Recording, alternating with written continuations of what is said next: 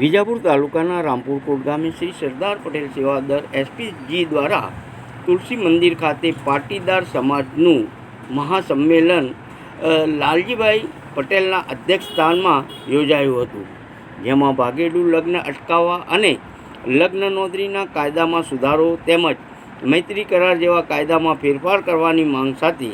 સરકાર સામે પાટીદાર સમાજ દ્વારા અવાજ ઉઠાવવામાં આવ્યો હતો। લગ્ન નોંધણીના કાયદામાં સુધારો આવે માટે એસપીજી છેલ્લા 5 વર્ષથી સરકાર સામે લડી રહ્યું છે। અમારો મુદ્દો એવો છે કે 18 વર્ષની દીકરીની ઉંમર 21 વર્ષ કરવામાં આવે। જે અત્યારે તલાટી લોકો જે લગ્ન કરી રહ્યા છે કલેક્ટર મામલતદાર કક્ષાએ થવું જોઈએ,